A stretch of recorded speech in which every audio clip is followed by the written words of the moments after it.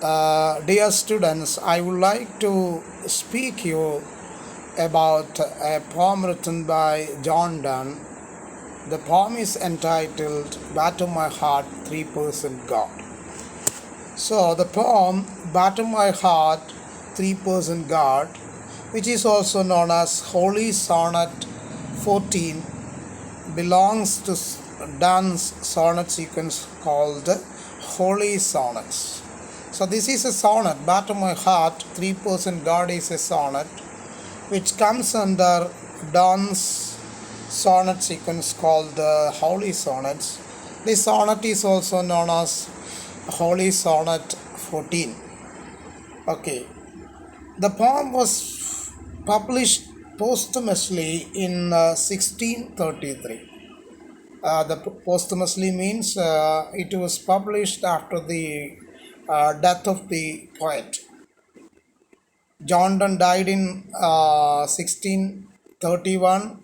This poem was published in 1633. It is composed in iambic pentameter with an ABBA, ABBA, CD, DC, EE rhyme scheme. As a Petrarchan sonnet, it is structured with an octave followed by a sestet. So this is a Petrarchan sonnet, or Donne followed a Petrarchan sonnet, Petrarchan structure of sonnet. Okay, so now we have to look into the critical summary of the poem. The speaker of the poem begs to God of the Holy Trinity.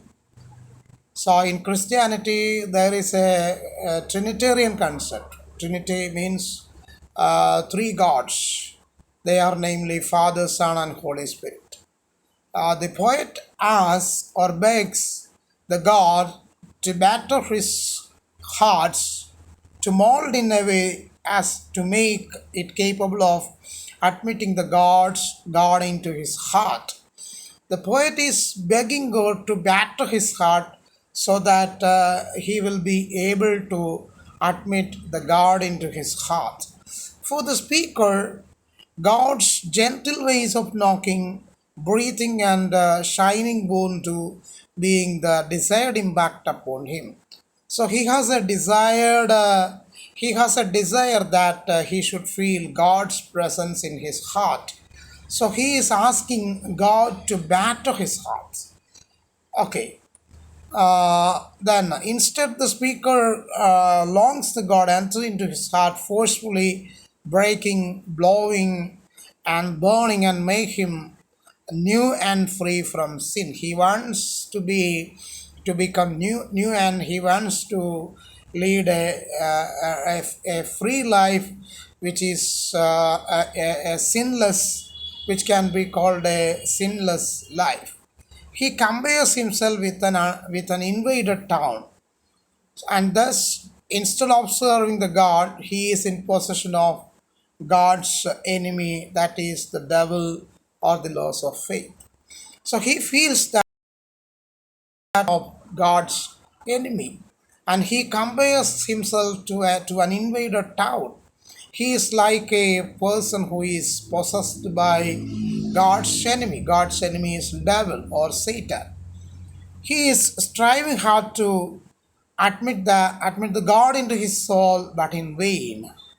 The reason which is expected to actually defend him is in the captive of the devil, and therefore weak and untrue.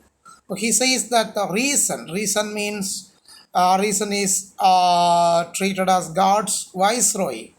The reason is treated as God's viceroy, but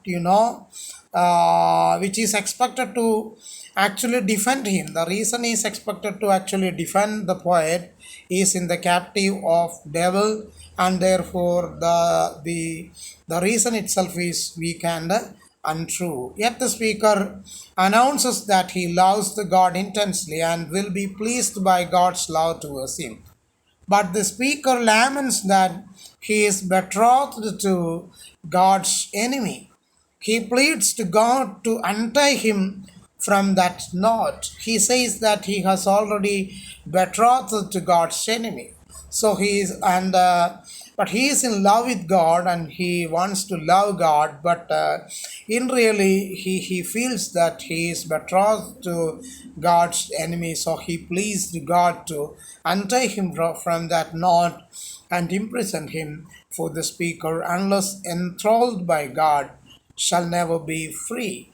He also begs God to seduce him wildly, for he won't be chaste otherwise. He is asking God to seduce him wildly. Actually, he wants to get rid of the position of God's enemy, who is devil. So this is all about the palm, and I have given. Thank you for listening.